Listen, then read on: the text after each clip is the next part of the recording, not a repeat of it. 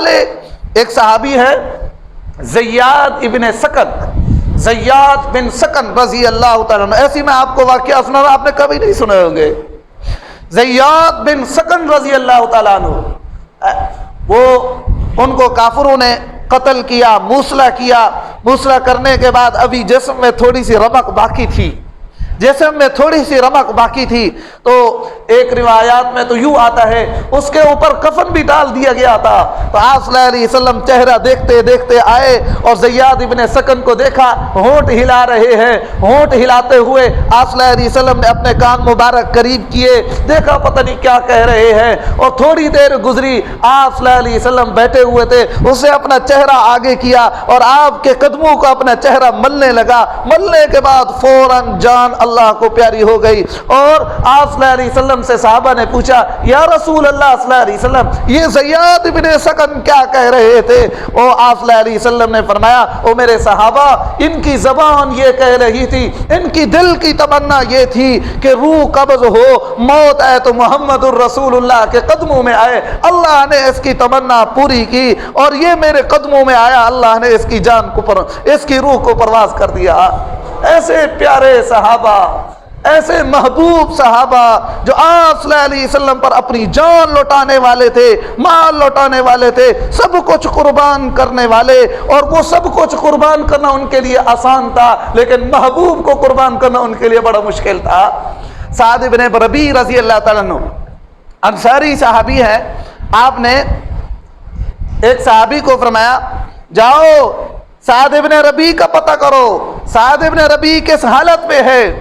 مقتولین میں، شہداء میں تلاش کیا نہیں ملے، زخمیوں میں تلاش کیا نہیں ملے، دور کہیں پڑے ہوئے تھے. اور دور سے آواز دی اس صحابی نے، کہنے لگے، او سعد بن ربیع رضی اللہ تعالیٰ عنہ، محبوب تمہیں سلام کہہ رہے ہیں، محبوب تمہیں سلام کہہ رہے ہیں، پیارے مدنی کریم صلی اللہ علیہ وسلم تمہیں سلام کہہ رہے ہیں. اور وہ پوچھ رہے ہیں آپ کس حالت میں ہے، آپ سے حال پوچھ رہے ہیں.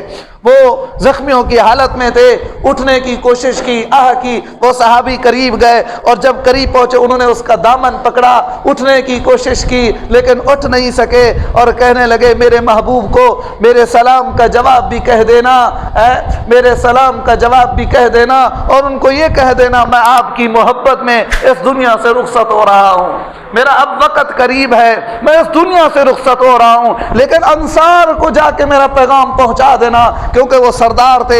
انصار کو جا کے میرا پیغام پہنچا دینا. او انصار کی جماعت، اگر تم میں سے ایک آنکھ بھی ٹپکتی ہوئی باقی رہ گئی، محمد الرسول اللہ صلی اللہ علیہ وسلم پر کافر پہنچ گئے، تو قیامت والے دن میں آپ کی گربان پکڑوں گا اور آپ سے پوچھوں گا کہ تم زندہ تھے، محمد صلی اللہ علیہ وسلم پر کافر کیسے پہنچ گئے، محمد صلی اللہ علیہ وسلم پر کافر کیسے پہنچ گئے. تو اتنا محبوب پیارے مدنی کریم صلی اللہ علیہ وسلم سے صحابہ اکرام رضی اللہ تعالیٰ اجمعین کی محبت تھی، پیار تھا.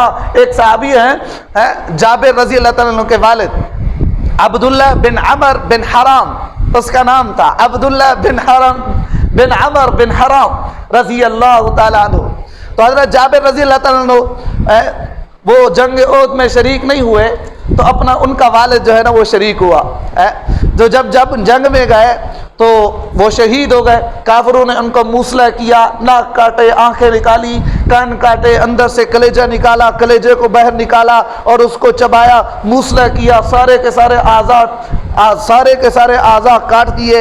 حضرت جابر رضی اللہ تعالیٰ کو پتہ چلا، حضرت جابر آئے اور تاکہ میں اپنے والد صاحب کا چہرہ دیکھوں، آپ نے منع فرما دیا. پھر آپ صلی اللہ علیہ وسلم نے اجازت دے دی، فرمایا جابر دیکھ سکتے ہو. لیکن جب انہوں نے یہ حالت دیکھی رونے لگے تو آپ نے فرمایا، اے جابر روتے کیوں ہو، اے جابر روتے کیوں ہو، آپ کو تو خوش ہونا چاہیے، آپ کو تو مسکرانا چاہیے. میں دیکھ رہا ہوں آپ کا والد تو جنت کے باغوں میں سیر کر رہا ہے، میں دیکھ رہا ہوں آپ کا ابو تو جنت کے باغوں میں سیر کر رہا ہے. اور ایک جگہ فرمایا ابو اے جابر تم رو نہیں, تم پریشان نہ ہو, تم دل میں رنجیدہ نہ ہو.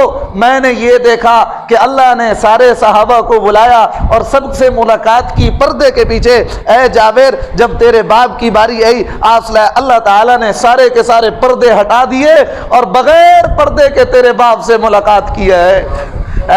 تو جنگ احد میں صحابہ اکرام رضی اللہ تعالیٰ اجمعین کو پہلے فتح ہوئی, پھر شکست ہوئی, پھر اللہ نے فتح عطا فرما دی. ابو سفیان آوازیں دیتا ہوا کہہ رہا تھا افل قوم ابن محمد, افل قوم محمد, محمد کہاں ہے, کیا قوم میں محمد ہے؟ افل قوم ابن قحافہ, کیا اس قوم میں ابن قحافہ ہے؟ افل قوم ابن خطاب, کیا اس قوم میں عمر ابن خطاب رضی اللہ تعالیٰ عنہ ہے؟ تو اللہ تعالیٰ نے یہ منظر دکھایا, محبوب صلی اللہ علیہ وسلم نے ان کو روکا جواب نہ دو.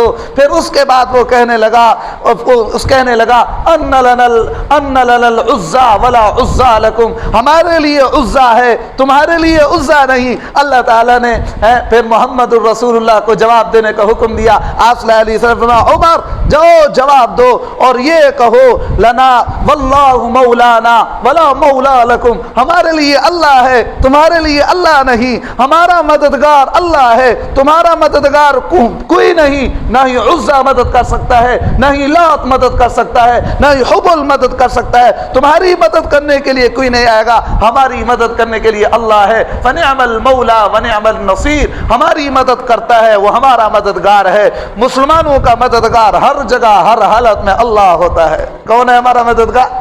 اللہ ہوتا ہے. تو صحابہ اکرام رضی اللہ تعالیٰ اجمعین نے میرے پیارے قربانیاں دی, اپنی جان کو اللہ کے سامنے پیش کر دیا. جان کو جان نہیں سمجھا, سب کچھ قربان کر دیا. مال تھا وہ بھی لگا دیا, جان تھی ایک جان تھی وہ بھی جان اللہ کے راستے میں نشاور کر دی. تو صحابہ اکرام رضی اللہ تعالیٰ اجمعین محمد الرسول اللہ سے محبت کرتے تھے. تو آپ بھی محبت کرتے ہی نہیں کرتے؟